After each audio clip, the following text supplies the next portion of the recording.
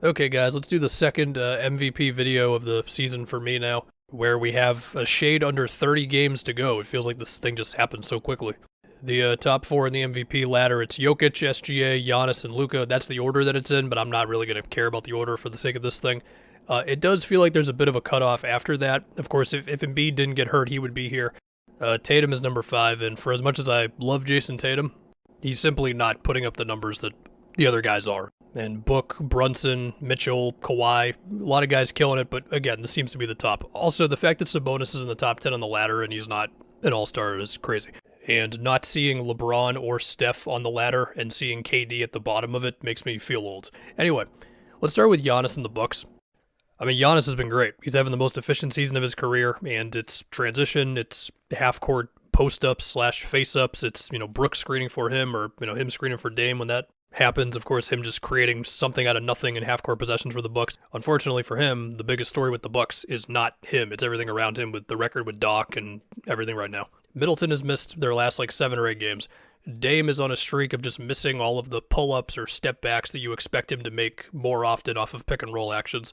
Sure, he did go off on All-Star Weekend. Maybe that's a sign of things to come. He had a really good game against the Hornets recently. He went off against the Mavs a couple weeks back.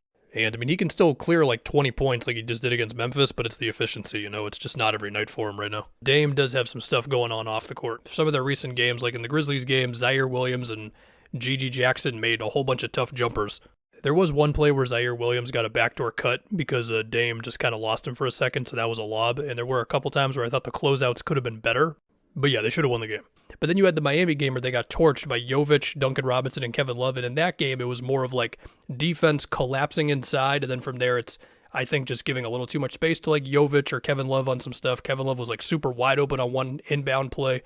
Duncan Robinson made some of his DHOs actions against the drop, or it was Crowder or Dame chasing him and they weren't able to get around. So it was a little bit of tough shot making on Miami's part.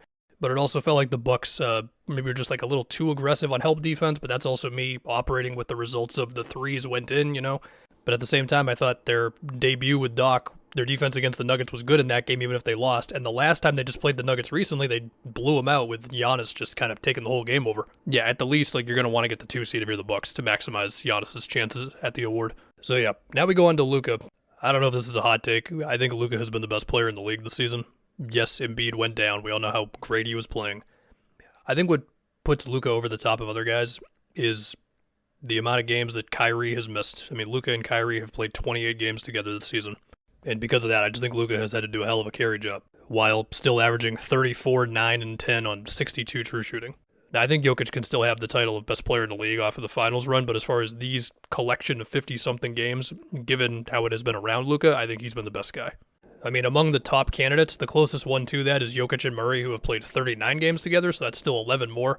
As far as the entire MVP ladder, of course, Donovan Mitchell had to do a lot for the Cavs when Garland and Mobley were out, and he's been great, but he's not in the top 4. However, I think Dallas is going to have to finish with higher than the 7th seed in order to really give Luka a chance at the award. Now, the counter to that could be, the Bucks have been weird around Giannis, right? The perimeter defense, the transition defense, as well as Middleton missing some time, and Dame is worse this year than he was last year. Again, we'll see if he goes crazy down the stretch. He definitely can. And sure, I mean, the Nuggets and the Thunder are worse when SGA and Jokic are sitting, but that also applies to Luka and Dallas. You can weigh all the certain things there. I still think Luka's had to do the biggest carry job. Now, as far as what it looks like for Luka, I mean, you know what it is. It's step-back threes. It's these pump fakes into turnarounds around the base of the paint after he's able to get downhill on a pick and roll or whatever. Getting his defender on his back on screens to where he can, get to the paint and then get to these sort of off balance, hook shot, push shot, just improvisational things he figures out that to me has always been the secret sauce as to why he's been so efficient, right? And then, of course, just creating shots for everybody. I mean, the lively Luka thing was awesome from day one. The very early return on Gafford with them has been great with Hardaway. Exum looked the best that he's potentially ever looked in his NBA career when he was healthy, but unfortunately he's been out for a little bit now. Josh Green, Derrick Jones Jr., all the guys. And we now have a 1-game sample size of Gafford and Lively both being healthy. That was the last game they played before the break. And I would suspect moving forward, with those two being able to split minutes, Kleba is back now as well.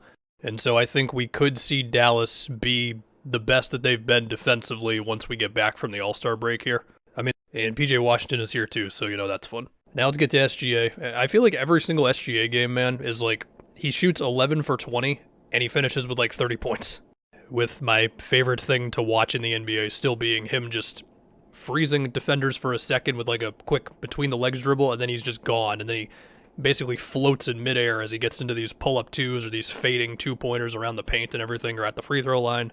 And then defensively, I mean, the way that he gets into the passing lanes with the way OKC plays defense and puts pressure on teams and forces a lot of turnovers, and he's a huge reason for that. I mean, we talk about the steals, but like the blocks are basically won a game for him as well. I can't really find a reason as to why OKC would fall down in the standings. I mean, sure, teams are experimenting more with playing off of like Giddey and Lou Dort and stuff, and that does cause just more things that OKC's got to deal with on offense with all their spacing and everything. I get it. But with J-Dub dropping, I mean, he's having like 30-point games now, man. Like with the way he was always able to like break down defenders, get downhill, play and pick and roll, but now he's experimenting more with like tough jumpers, and those are going in too. It's like that, and of course, just everything Chet does for him. Like OKC is going to be right there. SGA is going to be in this until the end. And I mean, if you ask me to do a ranking right now, all I know is, again, I just think Luka's been the best guy. As far as the other three, I don't know. Just let the rest of the season play out. Anyway, let's talk about Jokic for the last one here. Okay. So right before the All-Star break, Murray missed a game. KCP has missed the last few games as well. The Nuggets have had a bit of a, non-Jokic minutes situation. Just how do they look in those lineups? I understand all that. Assuming that this team is healthy for the last stretch of the season here, if you really want Jokic to win his third MVP, which Jokic might not care whatsoever about this, but if he wants to, just go win like 9 games in a row. We all know you're capable of it. Actually, hold on. You can win 7 games in a row, and then you play the Celtics on March 7th. So win 7 in a row, lose that game, and then go keep winning games again. I would appreciate it.